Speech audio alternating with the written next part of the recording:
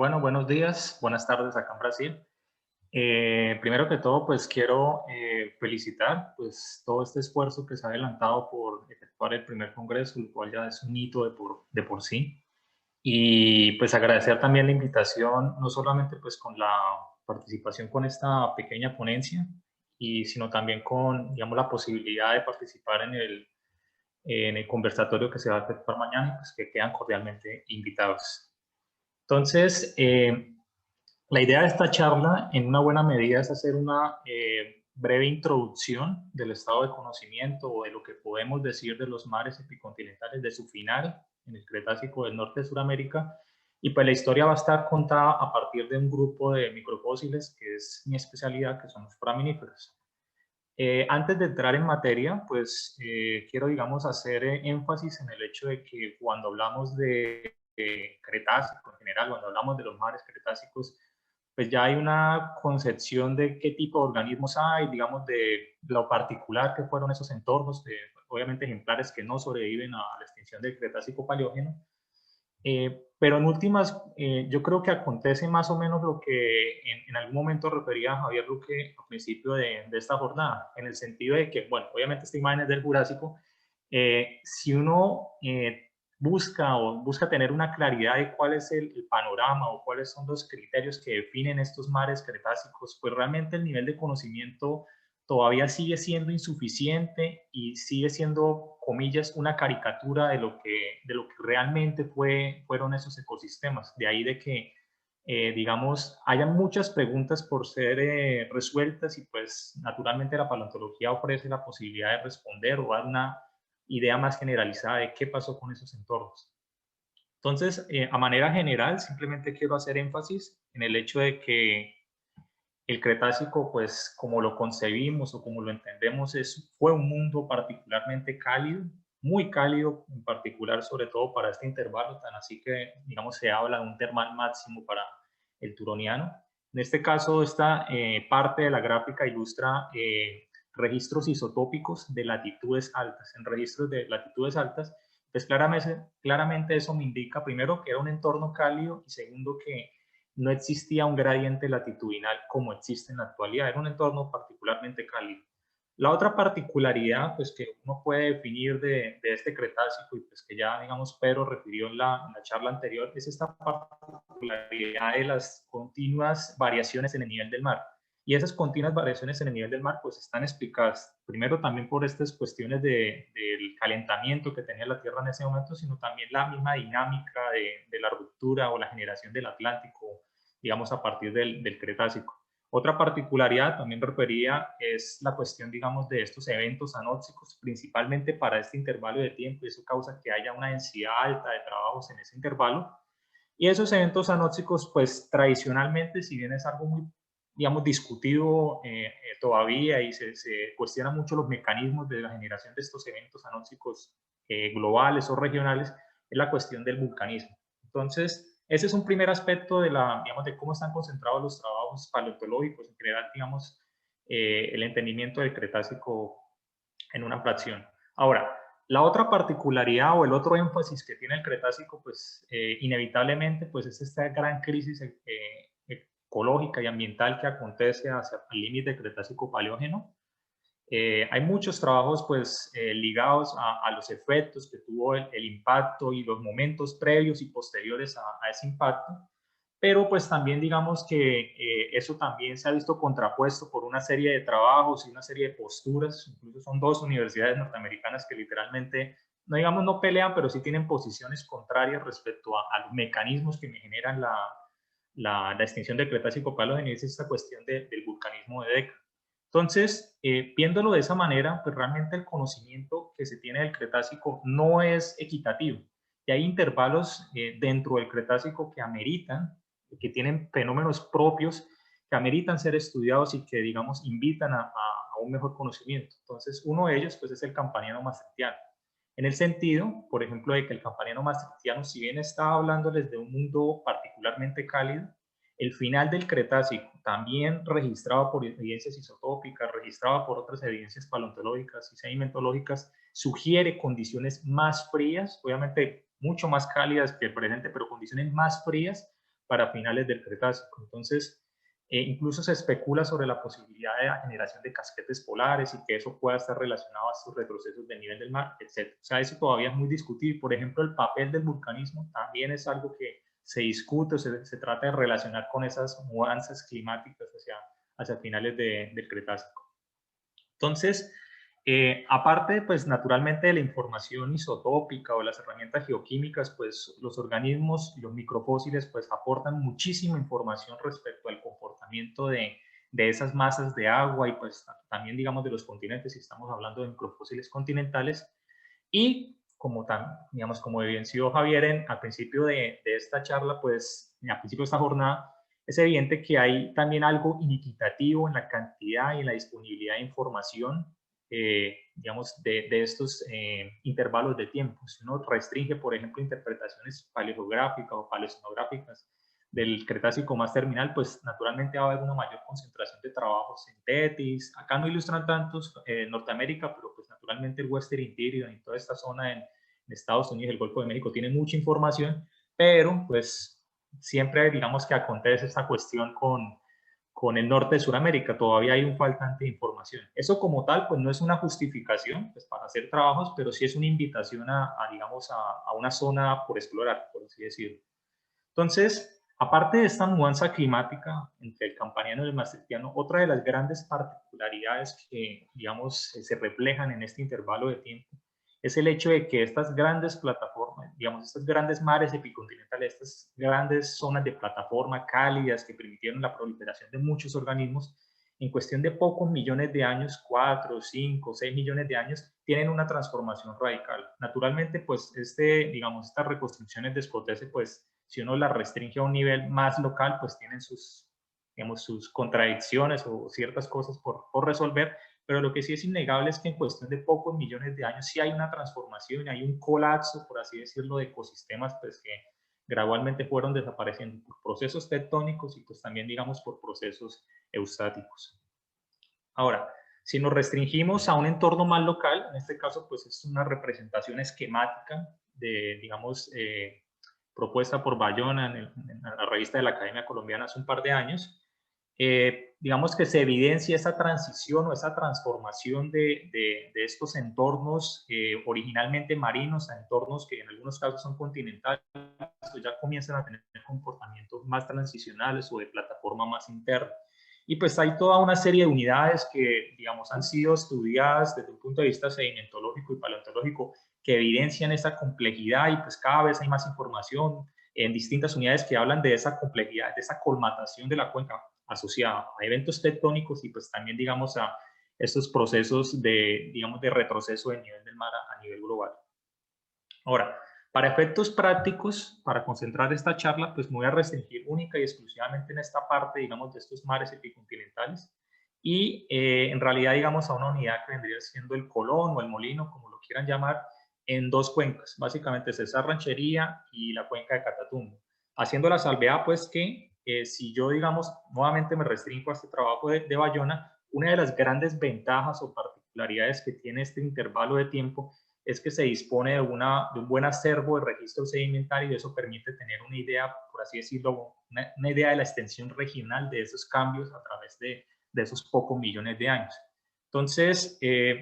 la ventaja independiente que digamos el registro en invertebrados de pronto no es tan abundante como en otros intervalos de tiempo más abajo, pues hay la ventaja de que hay la disponibilidad de distintas herramientas bioestratigráficas, pues, monoideos. En el caso del campanero maastrichtiano, pues digamos que está la posibilidad de que no hay tantos problemas con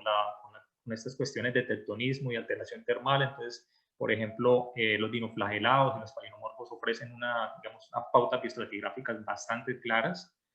Los nanofósiles, si bien no hay tantos trabajos publicados, pues naturalmente también ofrecen posibilidades de amarres bioestratigráficos bastante buenos para este intervalo de tiempo donde hay marino.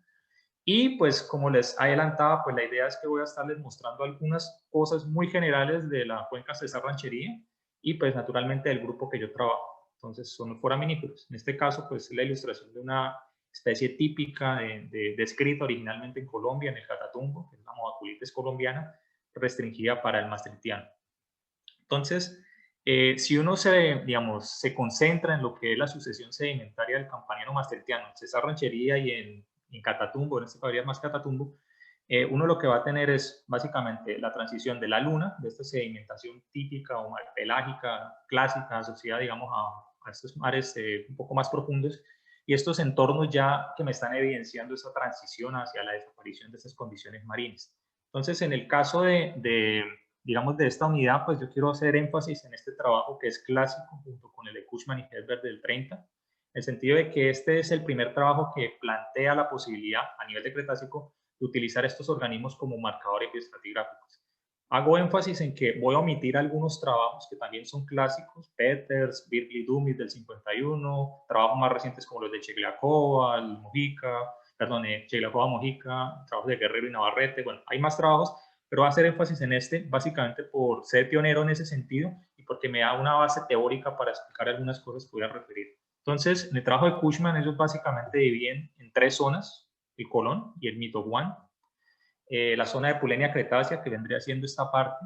la zona de Sifo-Branlete, es que para los que han trabajado o han martillado rocas del Cretácico más superior, pues saben de que los sifogenerinoides son elementos comunes y diagnósticos en este tipo de rocas. Entonces, Branlete usualmente se considera como un indicativo del maastrichtiano temprano a medio, medio alto.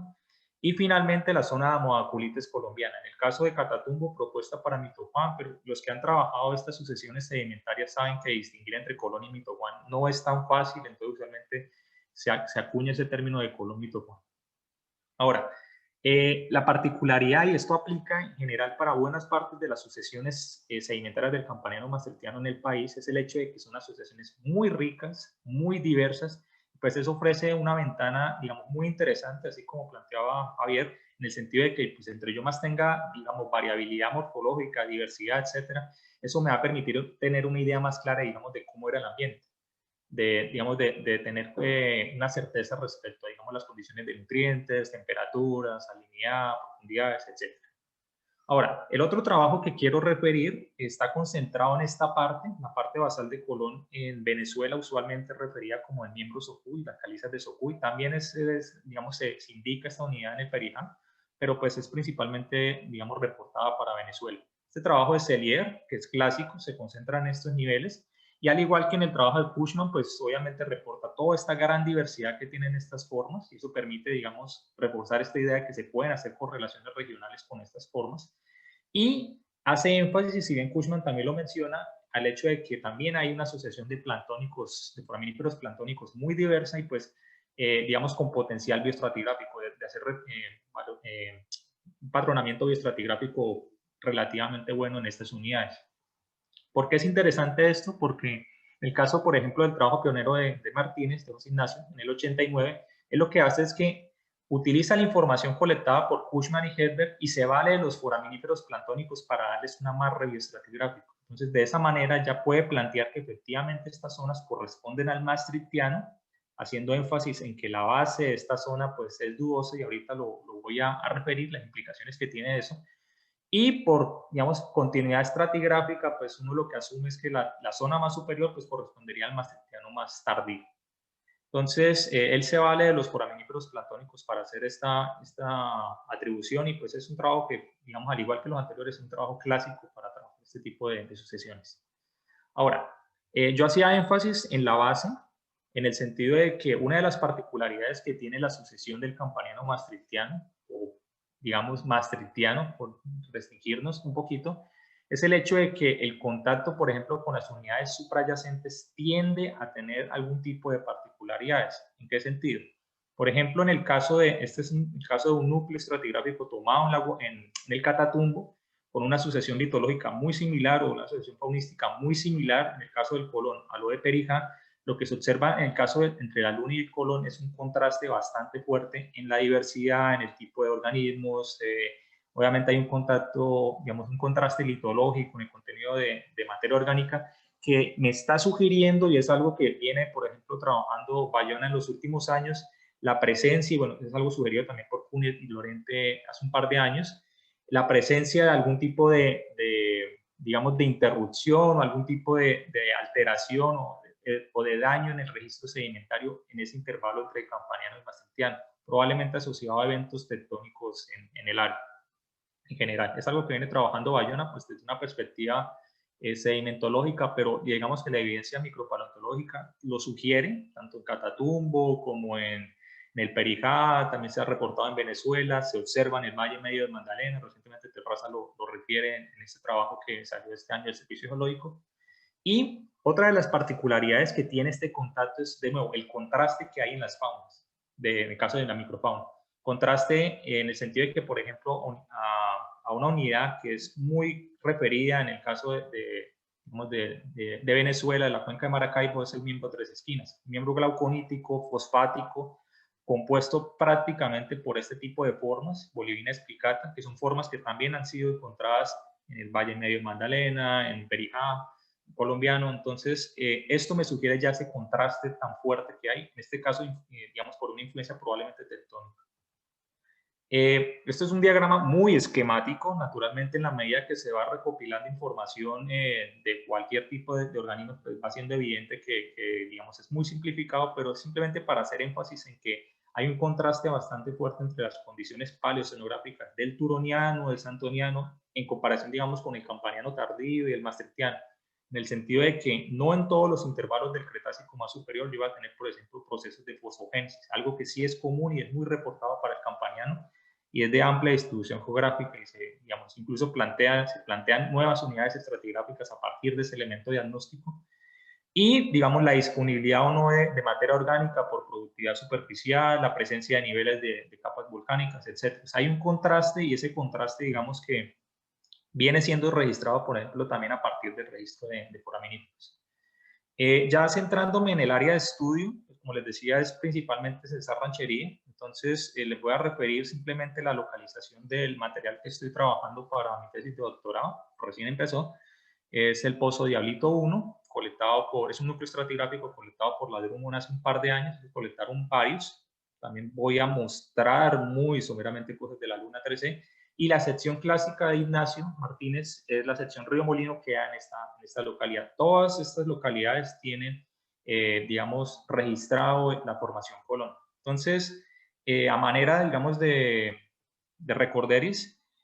simplemente lo que uno tiene en el caso de la luna es de nuevo ese contraste faunístico que me está sugiriendo algún tipo de faltante de tiempo, probablemente el campanino más tardío o el maastrichtiano más temprano, es algo que todavía hay que trabajar. En el caso, por ejemplo, de estos registros de Cerrejón, pues uno encuentra la asociación típica, reportada en los miembros OCU y reportada por Ignacio en la sección Río Molino, muy diversa, con formas muy diagnósticas, bentónicas y plantónicas, que permite tener una idea más o menos clara de las condiciones ambientales y pues también, digamos, del modelo deposicional y tasas de sedimentación y ese tipo de detalles. Ahora, si nos centramos exclusivamente en el pozo Diablito 1, en el núcleo Diablito 1, pues la realidad es que el registro estaría, de acuerdo a lo que hemos estado trabajando, estaría representando más la parte superior del colon, esta zona de Branlete y con certeza pues la zona de Amoaculitis colombiana. Hay otro detalle, en el caso particular de este núcleo, es que ya ha sido previamente propuesto el límite Cretácico-Paleógeno con palinología, pero ha sido propuesto, y el intervalo que se está estudiando en la actualidad está más o menos a unos 200 pies por debajo de ese nivel. Entonces ya digamos que tenemos claridad de que estamos lidiando con un maastrichtiano. Ahora la pregunta es qué parte del maastrichtiano es lo que estamos trabajando en este momento. Entonces, ¿qué características generales están, digamos, siendo evidenciadas en este material? Primero, que dentro de las formas plantónicas hay un organismo que es característico y es dominante realmente de lo poco plantónico, que realmente no hay mucho, que son las Wembelitres cretáceas. Ahorita vamos a mostrar la implicación que tiene la abundancia o la aparición de este organismo. Y en las formas bentónicas, pues de nuevo, hay formas diagnósticas de la zona de Branlete y probablemente hacia la base, y el resto de formas pues están principalmente ligadas digamos, a la zona de Amoaculitis colombiana. A manera general, pues lo que está ilustrando, y pues eso es lo que se quiere, digamos, trabajar con este núcleo, lo que está ilustrando el Pozo Diablito es este proceso de somerización, donde yo tengo condiciones de plataforma interna, media, interna realmente, a condiciones probablemente de mayor estrés por esta somerización. Y lo que queremos o lo que estamos buscando trabajar con distintos microfósiles, no solamente con foraminíferos, sino con ostracos, nanofósiles, naturalmente palinomorfos si es posible, y paleomagnetismo ambiental, es entender la dinámica de ese estrés, si realmente ese estrés está asociado a esa heterogeneidad que uno usualmente encuentra en un entorno marino somero, o puede ser algo más. Y ahí es donde, digamos, entra a colación, por ejemplo, la presencia de buen belitre. Buen belitre es un planctónico que usualmente está asociado a entornos muy estresados, es una forma que prolifera, es oportunista, y por lo menos, si bien es polémico y ha sido discutido y sigue siendo discutido, la presencia de estos blooms o estas apariciones masivas de buen belitre han sido asociadas, han sido propuestas a estos primeros pulsos de vulcanismo de Deccan, que como recordarán, estos vulcanismos de Deccan surgen a partir del Maastrichtiano, un poco antes del Maastrichtiano, continúan el límite Cretácico-Paleógeno y se han sugerido también como causantes del estrés que lleva a la extinción del Cretácico-Paleógeno. No es el interés de esta investigación, de nuevo, enfocarnos en el límite Cretácico-Paleógeno, sino en qué está sucediendo en el Maastrichtiano. La pregunta entonces es, ¿esas apariciones, digamos, esta dominancia de buen belitre está asociado a estos eventos que si bien también han sido reportados en aguas profundas, también han sido trabajados en aguas, digamos, equivalentes en paleobatimetrías a lo que tenemos o lo que tuvimos en Diablito? La idea es saber si eso está relacionado a algo global o es definitivamente algo local. El detalle, en general, con este intervalo de tiempo, es el hecho de que, en general, independiente, digamos, de donde nos encontremos, el registro del campanino maastrichtiano en el país, de los mares epicontinentales, estamos restringidos más o menos a esta batimetría. Y usualmente el tipo de formas que encontramos son las típicas de un entorno de plataforma media externa con algún tipo de estrés, precisamente explicado por esa sumerización. Pero si queremos entender desde un punto de vista global, pues tenemos que hacer algún tipo de interconexión con entornos de aguas más profundas. De ahí de que nos estamos valiendo de información, en este caso voy a citar el caso de Chuqualac, que es un registro de los costados de Western Interior en Estados Unidos, y ellos utilizan en información en un contexto que es muy similar a lo que tenemos en los mares epicontinentales del norte de Sudamérica. Es más, muchas de las formas, por ejemplo, de foraminíferos son prácticamente, no digo calcadas, pero son muy similares. Entonces eso sugiere afinidades paleobiográficas y pues permite, digamos, hacer reconstrucciones paleometales más claras. Y en Chuquala lo que hacen es que comparan con registros de aguas profundas para entender esas mudanzas climáticas. Entonces, por ejemplo, el registro isotópico en ese archivo permite, de nuevo, evidenciar esos fenómenos de enfriamiento que yo comenté hacia el principio de la charla, de esas transiciones, esos cambios, esas nuances en las condiciones de las masas de agua hacia finales del Cretácico, probablemente explicadas, es algo que se especula mucho, hacia el papel que comienza a jugar el Atlántico, pues precisamente por la apertura y por la generación propiamente del Atlántico. Si sea eso, están generando algún tipo de circulación termoalina, es algo que todavía se especula mucho. Y el gran interrogante que buscamos también ayudar a responder es que, bueno, se tiene un entendimiento de latitudes extratropicales, pero pues en últimas, de Merara, que es este registro, solamente tiene datos, por ejemplo, hasta el Santoniano, y pues si nos restringimos hacia los trópicos, pues realmente no tenemos información. Entonces la pregunta es, ¿será que también podemos encontrar esas mudanzas climáticas de alguna forma? Aumento, disminución de productividad, aumento, disminución, por ejemplo, de paleoprecipitación que se vea reflejada en un aumento en el aporte de material terrígeno a la cuenca y por ende la colmatación de esos mares epicontinentales. O sea, son ese tipo de cuestiones que obviamente pues en el primer año de doctorado suenan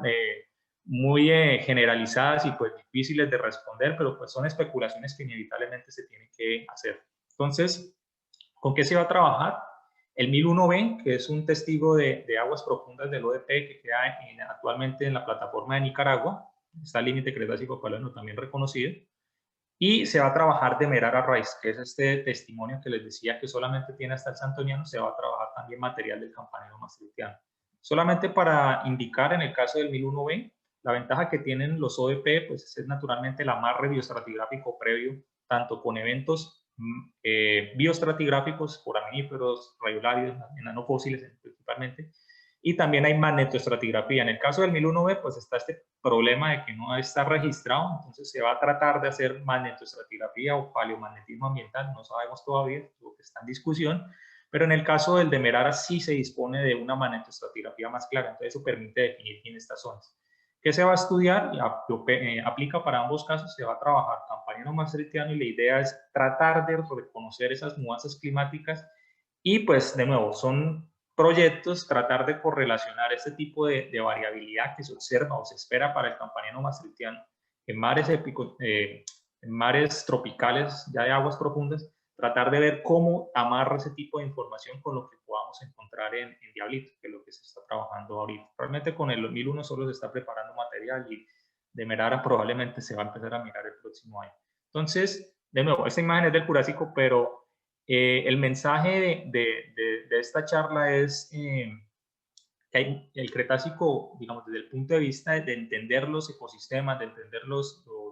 estos mares, pues sigue siendo todavía un terreno inhóspito, pero digamos, así como este terreno inhóspito puede ser aterrador o se ve aterrador, en la medida que se va teniendo un mayor conocimiento del mismo, pues ya vamos a tener, digamos, una mayor tranquilidad para tratar de entender estos procesos y tener una idea real y clara de estos ecosistemas. Entonces, de nuevo, digamos, es un brochazo, es simplemente una introducción de lo que ofrece o digamos, los retos que en este caso asumí empezando el doctorado, en este año de pandemia, por cierto. Y quisiera agradecer en particular, digamos, al IODP y al Smithsonian por proveer el material. Si bien el material de Diablitos de la Drummond, pues, digamos, fue facilitado por Smithsonian, por Carlos Jaramillo. Y pues naturalmente agradecer a Unicinos por la oportunidad para efectuar este doctorado, a la Universidad Industrial de Santander por permitir algún tipo de logística de campo y Ecopetrol por el material y por algunas de la información que estoy discutiendo. Yo creo que en parte, digamos, este gusto, esta obsesión con trabajar este intervalo de tiempo surge precisamente a partir del tiempo trabajando en Ecopetrol y en la UIS. Y no lo referí, pero pues la idea naturalmente, si lo permiten las condiciones, el próximo año es colectar más material digamos, de estos mares epicontinentales en Colombia, en lo posible por lo menos colectar material del Valle Superior de Magdalena, y aspiro yo en enero poder colectar algo de material en el Valle Medio Magdalena. Entonces, muchas gracias y nuevamente felicitaciones al Congreso por esta iniciativa. ¿Alguna inquietud? Bueno, muchas gracias. Damos inicio a la sección de preguntas. Bueno, en cuanto a los foramíferos planctónicos, ¿cuáles son los géneros más abundantes que se han encontrado en esta sección? Bueno, en ese intervalo de tiempo, usualmente la realidad es que las formas más comunes tienden a ser son los lopiceriales. Entonces, todo el grupo de Heteroelis, a ver si consigo devolverme un momentico, todo el grupo de los Heteroelis realmente es el grupo dominante. ¿Cuál es el detalle? Con Heteroelis pasaba una cuestión particular, y pues también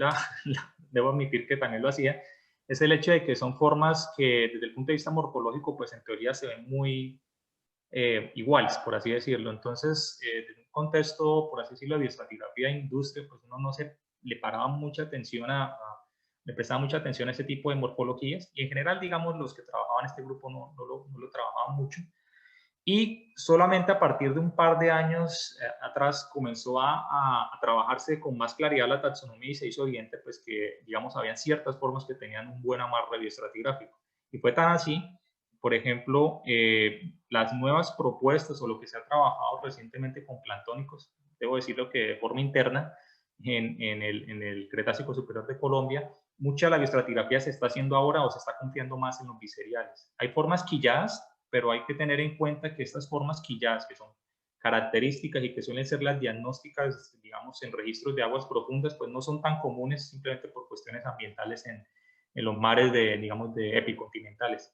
Entonces, realmente este tipo de material que, por ejemplo, está acá, probablemente lo voy a encontrar más en los ODP y probablemente en el caso del material que estoy trabajando, pues van a ser más formas de este estilo o más formas de este estilo, dependiendo de las condiciones ambientales. Bueno, reiterar, muchas gracias por la presentación. Sí, Bueno, y el resto de preguntas serán enviadas. vale, con gusto.